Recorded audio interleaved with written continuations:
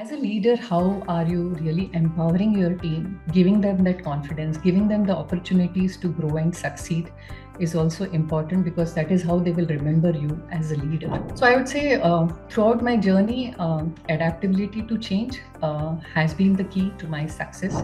I approached every role with an open mind and a positive attitude.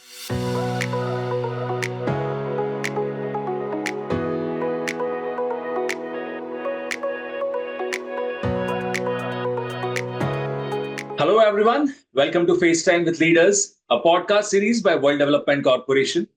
I'm Sunny Pancholi, uncovering some great achievements and contributions of unsung heroes, inspiring others. We have the privilege of delving into Ms. Kajal Bhambhani's career, which is full of milestones.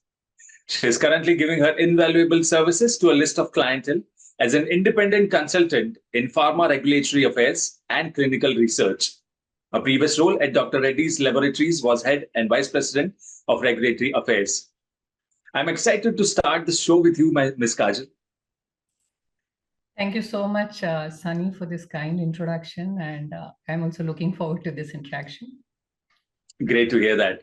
All right. So to begin with, Ms. Kajal, your work profile is interesting since you have held many roles in clinical research, regulatory affair, and compliance. So I'm quite curious to know how you built such a vast profile. Yeah, thanks for that question. I would say my career spans over 3 decades. And during this time, I have transitioned across industries and roles.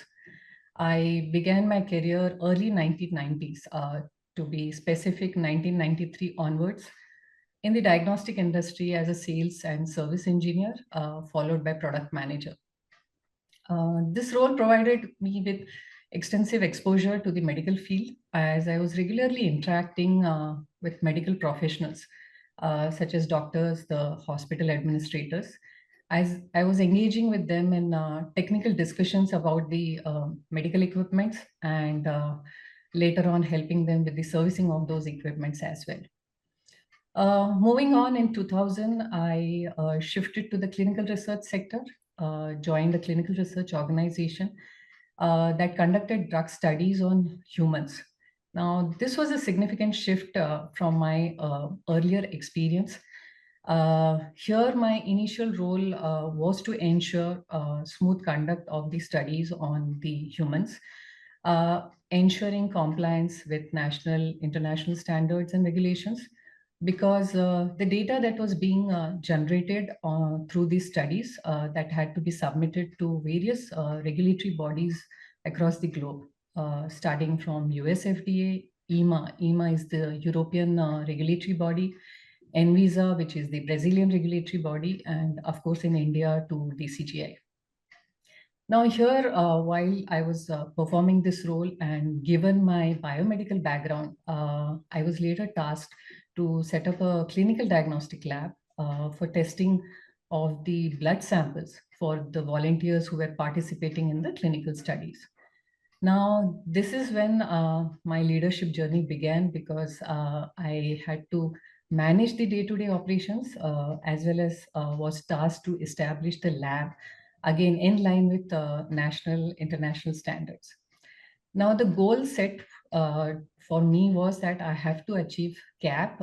CAP stands for College of American Pathologists accreditation. And this is considered to be the gold standard in diagnostic testing labs all over the world.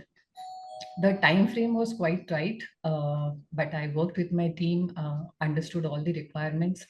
So in just a span of 18 months, the lab was fully operational.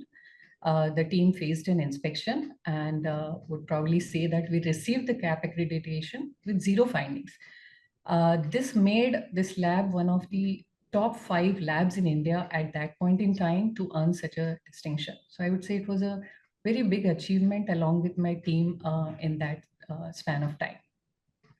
Moving on, I had to relocate to Hyderabad, where again I was challenged to set up a complete clinical study centers for 2 organizations. And one amongst them also asked me to set up the clinical diagnostic lab because I had the previous experience.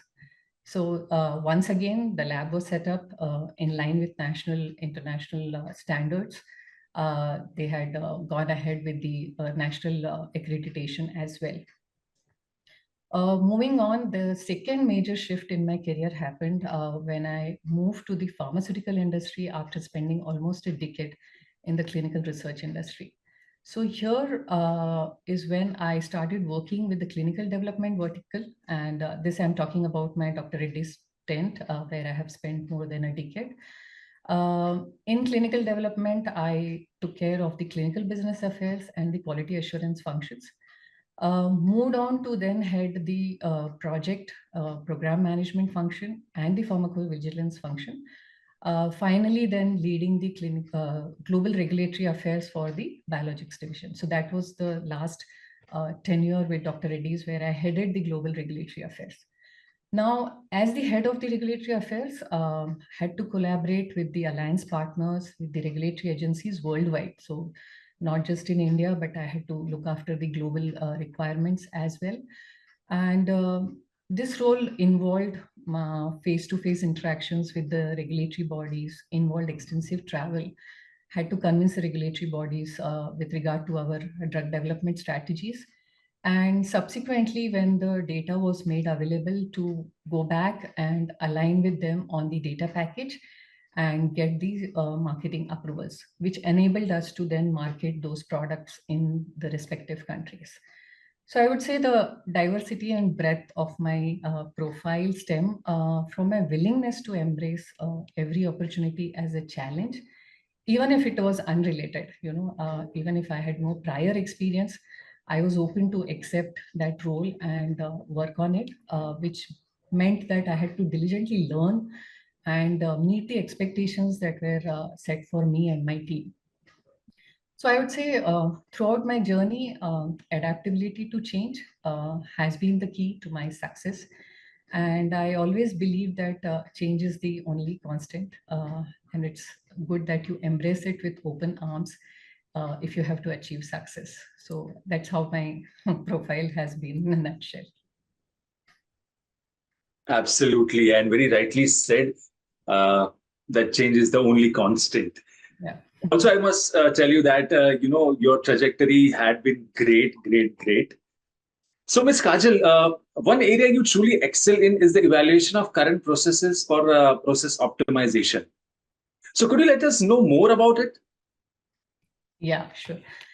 So in various roles that I performed, I encountered both the situations. One where there were no processes at all. Like I mentioned, my early career journey where I had to set up the clinical lab, there were no processes and you had to start from scratch.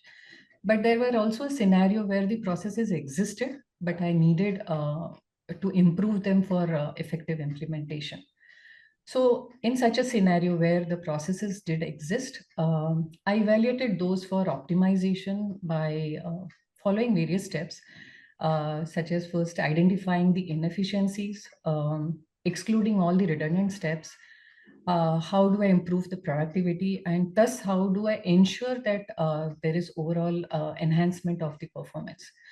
While doing all this, I did ensure, and I always kept in my mind that I need to comply to all the regulatory requirements and guidelines. I should not go overboard, or I should not digress from the requirements, So a structured approach along with my team, which helped me for this evaluation was first define the objectives. So be very clear what is it that you want to achieve, which process you want to optimize, and for what you need to optimize, whether it is for cost reduction, whether it is for time savings, or whether it is for quality improvement. Then you come to the scope of this evaluation. Now, whether this process is specific to a department that you need to improvise, or is it for the entire organization that you need to improvise? So that were the first and foremost steps that I kept in mind. Moving on, with the help of the team, gathered all the data. So all the current processes were documented in detail. We had the data on all the KPIs. And while doing this, we conducted interviews with the employees. We performed the surveys. We interacted with our customers, stakeholders wherever applicable. Then looked at the current processes, what were available, what are the bottlenecks in those processes, that needed improvisation. Where are the delays or where are the inefficiencies that are there in these processes? So that is what we did. We tried to assess them with help with regard to the resources. When I say that, that means whether it is time, money, technology, people, whatever is being used, we try to assess those. Once all this information was gathered, we had to look for the benchmarking. When I say benchmarking, it is not just external benchmarking, but also internal. So we compared the current processes against other teams, other functions within the organizations to see where we stand, and also externally with the competitor organizations. So this helped us to get an idea of the delta that we had to work on, and additionally to incorporate all these things to be a benchmark in the industry. So while today you were looking at others as the benchmark, but the aim was that how can you become the benchmark for your own competitor industry. Once this was done, we ensured that all the methodologies that were needed to improvise the current processes, methodologies like the Lean or Six Sigma, any new technologies, so digital or AI, because that is the field that is upcoming, if it could help us in streamlining the operations and improve the efficiency. And I must say that in some instances, digital solutions did help us to improve our current set of processes. Once this is done, we had to define a team, who will go on and implement these revised processes and changes. So who is that team who will ensure appropriate implementation of this? We gave them the training on this revised processes. We ensured they are comfortable with these revised processes, and also built a culture of continuous improvement, so that the employees are encouraged to suggest further optimization. So once a process is revised, laid down, working well, doesn't mean that's it. We have to also look at opportunities if there is further optimization of the processes. So this is how I went about, and I must say I was grateful to have a great team who supported me throughout to implement these revised processes in the organization. Honestly, Ms. Kajal, every bit of your career journey is truly interesting. All right, so some other functional areas you have had massive experience in are marketing, advertising, building client feedback mechanism, and a lot more. Yeah. So I'd like to know how these additional responsibilities helped you overall your work role. Yeah, interesting question. Yes, have played various roles throughout my career. So I would like to start by saying that first and foremost, I approached every role with an open mind and a positive attitude. Starting with my initial role in sales and servicing, it was the first time I ventured into a professional world right after completion of my engineering degree. This experience where I had to travel across the country really gave me the confidence to interact with diverse range of people. One hand engaging with doctors, hospital administrators, purchase departments to make them understand what the equipment is about and why it is better than the currently existing equipments. On the other hand, I had to work with the distributors of this company across the country, helping them, sell these equipments to their prospective clients in their territories. So with the help of that confidence, I think I was able to do pretty well in that role. When I progressed in my career, I embraced every task, every role with confidence. And that mindset actually paved the way for leadership roles where I was able to make decisions, guide my team, mentor my team to achieve the set goals for them. Later on when I moved and I had to work with the sponsor companies, it was crucial to understand their expectations and that we deliver on them. So despite all the best efforts, and always is, you can't make everyone happy. there were times when sponsors were not satisfied with the deliverables that you have finally given to them. Now, this is when the importance of patience, active listening, being open to feedback came in. Patience, active listening is what I felt were the essential tools for me to build very strong relationships with the clients with whom I worked with whom I interacted with. Moving on, when I had to interact with the regulatory bodies across the globe, there were again numerous instances where all well thought out proposals, protocols, the approaches that we believed, were optimal for drug development were either rejected or the regulatory experts would say, no, you make these changes and come back. And sometimes you used to even think, what are the reasons for not considering what the proposal that we are giving. But I had to go back, work with all the cross-functional teams to make them understand the requirements, what a regulatory body is looking for. So here I would say it was perseverance, resilience that helped me navigate through these challenges successfully. So overall, if I say all these additional responsibilities really helped me develop crucial skills in leadership, communication, and the client relationship management, which have been really integral to my success in various roles. All right. Unquestionably, your accomplishments are as many as your work program.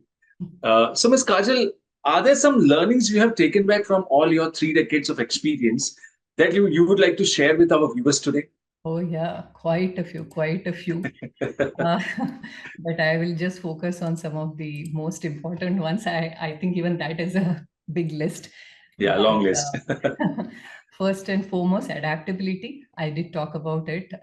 Change is the only constant. And here I would like to mention a quote by Charles Darwin. It is not the strongest of the species that survive, nor the most intelligent, but the one who are most responsive to change will definitely survive. That is the one I think most important for me. Moving on, resilience in challenging times. So we need to understand that setbacks and failures are inevitable. How much well you are prepared, how much well you go in, be prepared and go into the meeting. There will be instances where you face a failure.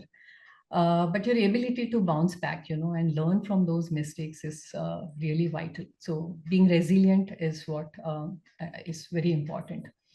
The one which is more close to my heart is people, the people with whom you work, the team that is reporting to you is very important. So long-term success, I feel, is built not just on the day-to-day transactions, day-to-day interactions with your team or with your peers, but it is really built on the trust and relationships that you build over time. So people is what I really matter the most. Moving on with working hard for long hours, long times, continuous days, many a times without a break. I think work-life balance is very important. You need to know how to balance that. And when I say work-life balance, I just don't mean by the physical health. Mental health too plays a very vital role in your sustained success. So do ensure that you really strike a balance between both your personal as well as professional life if you really want to have an overall satisfaction in the career that you are building. The next comes the communication. And when I say communication, it is not just what you communicate as a leader to your teams, where you want to align with them, avoid any misunderstandings, but also being open to hear it out. So being an active listener really helps you understand others better. It will help you foster a better collaboration, and thus it will lead you to have an informed decision making. So being effective in your communication is what really matters. Next is the leadership, and here what I mean is leading by an example.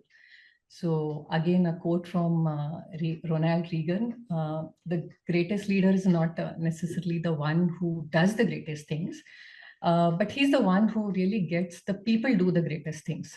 So as a leader, how are you really empowering your team, giving them that confidence, giving them the opportunities to grow and succeed is also important, because that is how they will remember you as a leader. Yeah. Yeah, the list is long, but I would want to touch upon this particular point is the ethics and integrity. Your reputation, it really takes long to build a reputation, but let me tell you, it can be lost in just an instant. So just be very cognizant when you're working within a team, when you're working in an organization, you maintain integrity and don't ever let that drop. So I think I'll stop here. I've talked about the governance, yeah. But thank you so much for such wonderful insights and information. All right. So moving ahead, Ms. Kajal, now we want to utilize your experience in regulation and compliance to the fullest by taking a boardroom position. So what are your plans for your directorship role? Yeah, I think this program that I'm undergoing has also helped me a lot. But let me tell you, I didn't cover in my journey that I did play a role of the chairperson for the Apex Disciplinary Committee for the POSH, which is prevention of sexual harassment. And I played that role for a period of 4 years. Now, in that role, I had to present all the sexual harassment cases to the board. So, what I feel is, in my role as a board director, I would ensure that there is complete compliance, not just to the POSH Act, but to all the ESG principles, because today ESG is the global agenda. And I would really thrive to ensure that the organization for which I'm the board member complies to all of those, Uh, I would also leverage my extensive experience in the regulation and compliances, what I had over the years, to enhance the governance of that organization, to ensure there are mitigation plans in place in case any risks come in, and to do a strategic decision making to ensure organization excellence. All the directors of the board, I would really want that we are open, transparent, we collaborate well, so that any agenda that is being discussed, we deliberate well and we take decisions without any biases. So that will be my going in strategy whenever, whichever board I join in. All right. So this brings us to the last question of the session. And I would like to ask you, Directors Institute is your academy of choice for upskilling in corporate governance. So how has your experience with us been so far? Yeah. First and foremost, I had like to express my gratitude, to this institute. Very nice offering. This program has been great. I have completed most part of it. Just left with a few sessions now. But it did provide me valuable insights, not just on the role of independent director, but it went beyond that to help us understand the critical global issues like the ESG, the importance of digital transformation. So those sessions that we had really helped me learn and understand more around the ESG component, I would say. There are weekly live sessions that we have, and those have been, I must say, the icing on the cake. They offer the opportunity to listen to interact with leading experts in governance, compliance, and ESG. And these sessions enriched with numerous case studies, and these are all live case studies, actual scenarios what have happened in the industry are discussed. There's a lot of discussion around it, which helped me deepen my understanding of the independent directors role and how it is really pivotal in the company boards. So overall, I would say my experience has been excellent. I'm eager now to apply these learnings, the knowledge that I have gained over the last few months in my future roles as the independent director in whichever board I join. Thank you. Thank you so much. And Ms. Kajal, your contributions to the companies you have served are really praiseworthy. And with your new skill sets in the new position, I'm sure that you will break all the records. So we wish you all the best, and thank you for sharing your precious time with us. Thank you so much and have a nice day. Thank you. Thank you, Sunny. Bye-bye.